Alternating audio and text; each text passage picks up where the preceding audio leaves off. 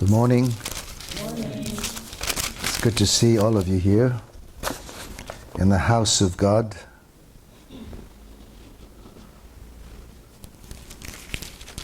I've been bringing a series of I ams.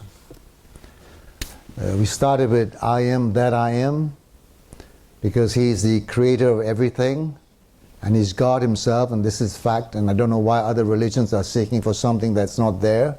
Only if you read the Bible, God's been there from the very beginning, before anything has happened. So we are privileged to know this I am that I am. Before Abraham was I am. This is what Jesus said to the Pharisees. So all the scriptures that talks about God is before everything was created. And we are privileged to have this God in our lives. That is one thing we need to understand. I'm going to continue. He is the light of the world. I am the light of the world. I am the door of the sheepfold. And all these, I am the bread of life. But this morning I want to conclude, I am the way, the truth, and the life. Which is real. No other religious man actually stated these I ams in all their religious books. You can't find it. Nobody. Why can't you find it? Because they can't state it, because they're not God. That's why. It's amazing how people don't think. They don't stop and think for a little while and see what's going on. Oh, am I wasting my time going after a stone god or a tree god or a god that is actually, painted with all kinds of paintings and gold leaves and everything? These are idols. They're not gods. The true God is only in here. He wrote this book in order to tell us that He is God. Amen. So we went through I am that I am. Now this morning, I am the way, the truth, and the life. Amen. How How could Jesus say I am the way? Because He is the way. He is the only way that is going to lead us right back home. When God created the Garden of Eden, He created Adam and Eve. He loved it. He fellowshiped with them every day. And then when sin came in, He had to drive them out of the garden. But that wasn't the end. That's just the beginning. But God was planning to bring that man back into the Garden of Eden. But man won't listen. So in the end, He had to send the way, Jesus. You can find the way in Acts. When Paul was dealing with the Romans, he said the way is Jesus. So I am the way. I am who can bring you back home. I'm the only person who knows where you can be and where I can take you. No other gods can tell you that. Buddha didn't tell that. Muhammad didn't tell that. Baba, Scientology, or you name it, all the other religions, no religion, Hinduism, never said that. Because they couldn't. Because they're not gods. But people are wasting their time trying to find religion. Religion is made by Satan, not by God. He's actually distracted the whole of the world in order to go and seek after religion. That's Satan's doing. But God in His mercy, love, and grace is bringing people back through the way. I am the way. Only Jesus can bring you back to the mansion where you belong. Let's put it this way. If somebody offers you a 3-bed condo and a 7-bed mansion, which one will you choose free of charge? Would you choose the 3-bed condo? Obviously not. You would go for the 7-bed mansion, wouldn't you? Anyone in the right frame of mind. And this is what Jesus is offering, free. Amen. I have many mansions in my Father's house, and I go and prepare a place for you. You have a 7-bed mansion, I have 8. Amen. So, the mansion is there ready for us, and He is the way to show us back to where that mansion is. How amazing is it? And you know what? He didn't stop there. He didn't say, I am the way only. I am the truth. What I'm saying is truth.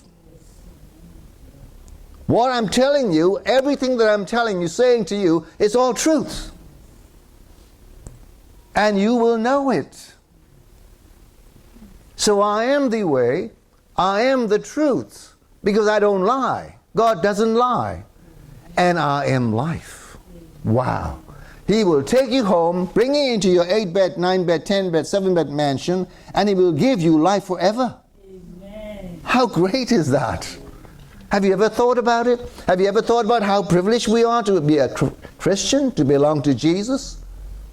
I am the way, the truth, and the life. And then He concluded, no one comes unto the Father but through me. Nobody. That means no other gods, no other religious person, no other religion will bring you through. It's only me. Only through me the Father will accept any of you. What a promise. What assurance. No other religion can give you that assurance. I have never found any. I've read many religious books, but never found any of it, apart from what the Bible talks about. You see, people are out there, we're sorry for them. They're trying to chase after the rainbow. They're trying to chase after something tangible to see and to worship. But it's all wrong. We have somebody who is so special, who is before everything is. And He, in His love and mercy, sent His Son to take us back into the Garden of Eden, where there are many mansions. How amazing is that? Just sometimes we get carried away and bogged down by all these everyday life pseudo things, pseudo this, everything. But pause for a while, step back, and think carefully who we are and where we are with Jesus today. The world's not going to last that long anymore. All the other countries are sending these tanks to Ukraine. Russia is not happy with it. And Russia is the main country that is mentioned in Ezekiel, she is going to be wiped out within one day. God is bringing all these plans together so Russia can be wiped out of the face of the earth, but Russia doesn't know that. Sad, but they don't know it. If God's plan wasn't in place, Russia would have got Ukraine long ago. Look at Israel. The Six-Day War in the 60s. Nobody can touch Israel because it's God's. Amen. See, when we look at all these facts that are happening, people don't open their eyes and look at history and read the scriptures and know what's going on. They don't. They don't want to, because Satan has blinded their eyes. Satan has distracted them with other religious things. But here, Jesus said, I am the way. I will take you where you belong. I will take you back to your mansions that I prepared. And that is all true. If not, I would have told you so. This is what Jesus says, So amazing. Nobody can come to the Father except through me. If only people out there know and understand this, they'll be all flocking to Jesus. If only people knew what hell is like in reality, they'd be flocking to Jesus. But Satan has blinded their eyes and understanding that hell doesn't exist. These are all lies. But we need to understand what Jesus is saying here. I am the truth. I am the life. So if you come through me, if you follow me, if I lead you, you will get home to your mansion. And live forever with me in eternity. Amen. The next one is, I am the good shepherd. I am the good shepherd. It's wonderful how things are in scriptures, and we sometimes overlook things. In John 10, verse 11, I am the good shepherd. The good shepherd gave his life for the sheep. When we look about when we think about and when we look into this good shepherd, because he is good, and I can think about David. David himself was a shepherd boy. He knows what a shepherd is like and how to tend the sheep. So he wrote Psalm 23. So this is linked. I am the good shepherd. Now, if Jesus is our shepherd and he is good and he's given his life, willing to give his life for his sheep, we don't need to look any further. We don't need to look any further. The Lord is my shepherd, I shall not want, David said. Now, if he's the good shepherd and he's reassured all of his children that he's looking after them, and he's given his life already once for all of us, how much more do you think he will not let his sheep go astray, or he'd not let his sheep be harmed? Because he's the good shepherd. And when we have him, we shall not want. That means we don't have anything that we need anymore. Amen.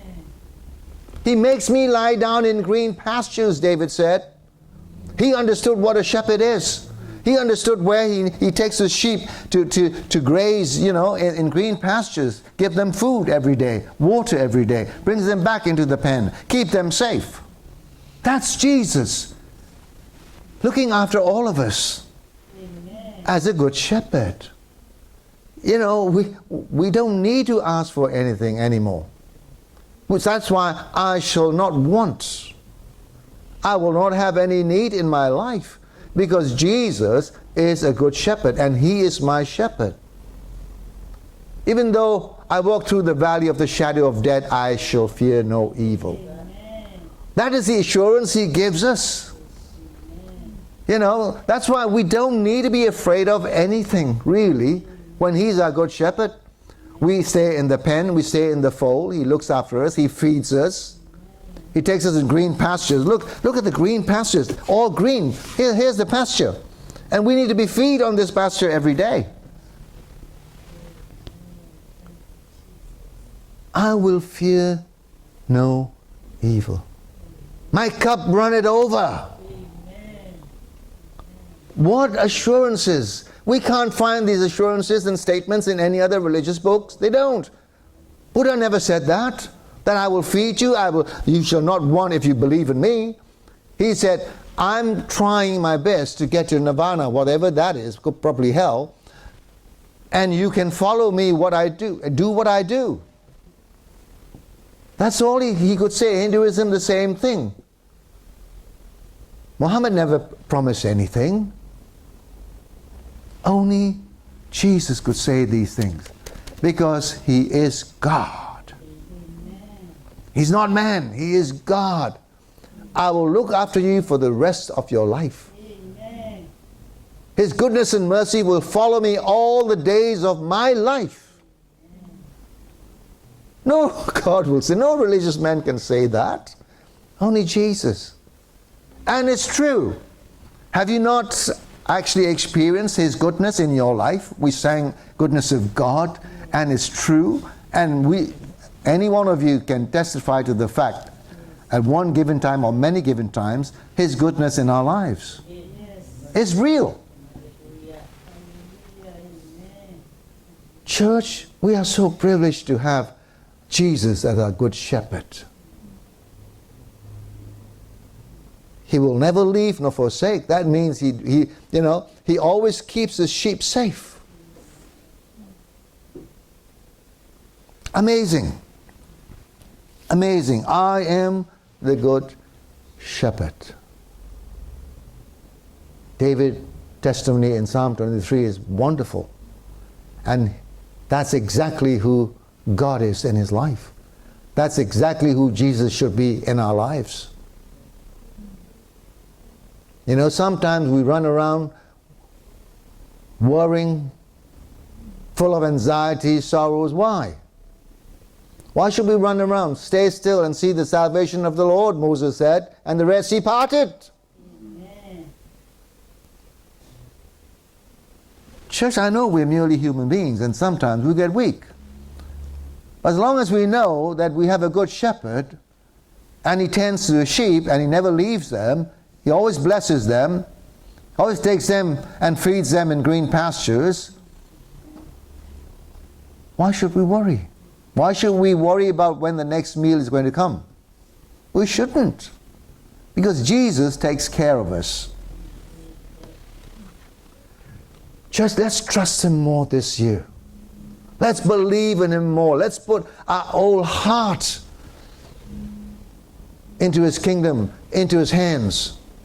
Let Him be the captain of our life. Let Him steer the ship that every day our ship just moves every day. Let Him steer that ship. Let Him be the captain of our soul. Amen. Even though we face storms and challenges and tornadoes, but He will steer us away from all of it and give us victory. Amen. I shall not want. That doesn't mean food-wise only, clothes-wise. Every aspect of our human life, I shall not want. Because He's our good shepherd. Amazing. Amen. That leads to the next thing. I am the resurrection and the life. Why do you worry about all these things? I am the resurrection. And Martha and Mary, you look at the story in John 11. They were best friends of Jesus. They knew Jesus intimately. And yet they doubt. We've not seen Him. We've not walked with Him. We've not dined with Him. We've not, had tea or coffee with Him. But yet, if we believe and not doubt, He is the resurrection and the life. Amen. What did Martha say? Yes, I believe that, Lord, but in the last days. See, in John chapter 11, Martha and Mary, astounding, it's really bad if you look at the situation. They put Jesus to the past while they saw Him in the present. And they put Jesus to the future. Yes, in the last days, my brother will rise. No. Jesus said, now. Now. I am the resurrection. So you don't need to worry about your life. Whatever happens in your life, you will have life. I am the resurrection and I am the life.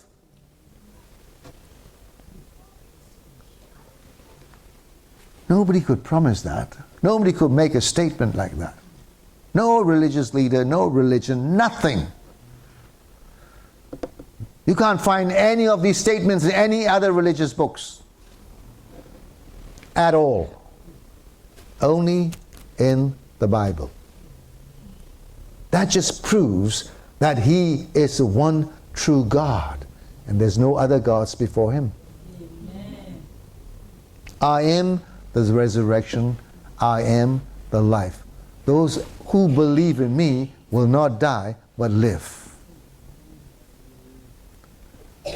Christianity is amazing. Amazing. I've been walking with Jesus for so long. Don't get me wrong, I'm not perfect. There are ups and downs in my life. But as long as you keep holding on to Jesus, He's the one that will keep you. He will keep you, no matter what. But I tell you something, don't walk away from Him. Don't walk away from Him. Don't forsake the assembling. All these are there. Why? To bless you. To bless you, to strengthen you.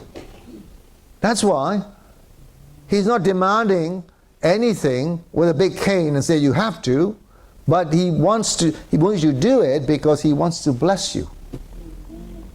That's why I am the resurrection and the life. Finally, I am the true vine. I am the true vine, John 15.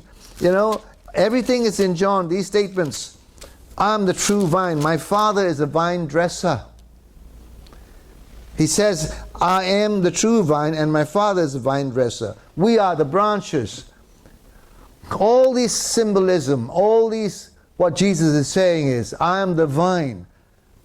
On a tree, He's talking to people in the terms that they can understand. I am the vine. And on a tree, if a branch is grafted into the vine, he gets the food from the vine, the nourishment from the vine. And then they start to bear fruit. That's how a tree works. So if Jesus is the vine, we are the branches, we need to be grafted tight on to the vine and not loose. But if you are loose and if you're just clinging on, not grafted, then you won't get all the nourishment that you need. You won't get all the food that you need in order to bear fruit. That's what Jesus is talking in John 15. And then he said, without me you can do nothing. In this passage, in this chapter. That just goes to show whatever we are doing today in our lives in this world, we can't do anything without Jesus. And when we know that, if we have Jesus in our lives, we can do everything. Amen. We can do everything. And that's what it means. How blessed are we? Grafted into this true vine. Jesus didn't say, I am the vine. He said, I am the true vine. That means I am the true God. There's no other God before me. There's no other God that can give you all the spiritual nourishment except me.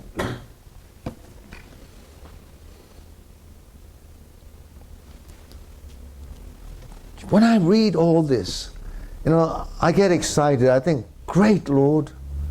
Even though a wretched sinner like me, you still love me and you're still pruning me and trimming me so that I can bear fruit. When God trims you and prunes you, don't get angry with God. Don't say, well, God's favoring somebody else and not me. Because He loves you. He wants to bear fruit in your life. And we all need to bear fruit. We all need to bear fruit. What is fruit? Fruit can be anything. Spiritual fruit in our lives. To be more like Jesus is the fruit. To have all the fruit of the Spirit is the fruit. Love, joy, peace. All these we can grow in our lives and bear fruit so that we become better people. And unless we are grafted into the vine, we can't get all of that nourishment. You can't go and buy 5 pounds worth of patience at a chemist. You can't go and buy 20 pounds worth of joy in another chemist or in a hospital. It's only through Jesus, through the true vine can give us that. And all these are fruits that we need to bear. Love, joy, peace, self-control. All these things are spiritual blessings. And we need to gain all of that. And unless we are grafted into the vine who is Jesus, I am the true vine, you can't go in any other vines. Because you can't get it. Only in the true vine you can receive all these spiritual blessings. And we need to have them in order to produce love in our fellowship.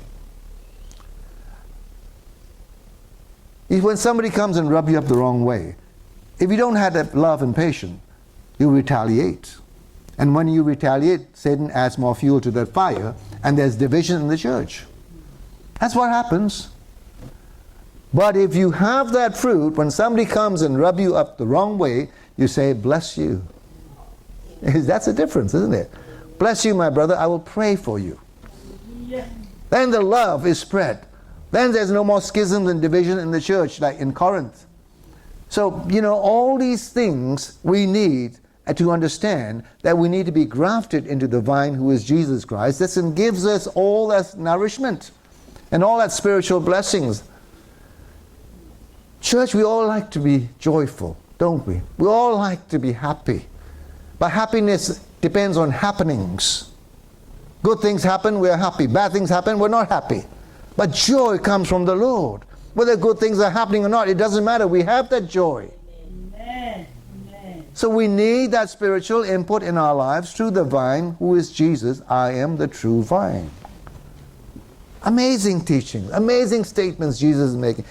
You read John, they're all red letters, and it's exciting what Jesus is saying to us. Church, I am the way, I am the truth, I am life. Start looking forward to your mansions that Jesus is leading you to. You may have a 7-bedroom, we don't know that. Massive mansion. I go and prepare a place for you, for there are many mansions in my Father's house. He's the way. And whatever he's saying is true. I'm the truth. And I am life. When you get there, you will have life eternally. You don't need to die anymore. You know, you don't need to have fear in your life. You don't need to worry about who's going to rob you on the street or going to mug you. None of it. You don't have to pay any more utility bills, whatever. What a pleasant life in a city of God we are going to, with mansions. We are living in mansions, streets of gold. That's what the Bible says. This is temporary. That's why Jesus said, I am the way, the truth, and the life. I will take you home. And the Father will accept everyone through me. I'm the good shepherd. If I have all that love and mercy and grace in my life, you think I will let you be harmed? Of course not. God will look after you all the way. I'm the good shepherd. I will tend to my sheep. I will lead them to green pastures every day. So much so that your cup runneth over. Mercies and goodness of God will follow you all the days of your life. If you don't believe me, try it. Try it, I challenge you. Have Jesus. Get you grafted in the vine, who is Jesus. And let's see what the results are. I can tell you that because I have most results in my life. I'm a living proof that Jesus lives. Jesus is great. Jesus is a good shepherd. I was on the way to death, but Jesus gave me life. Literally. That's how amazing Jesus is. I'm the resurrection and the life. I am the true vine. If you look at all the I ams in the Bible, you'll be thanking God every day that you belong to Him.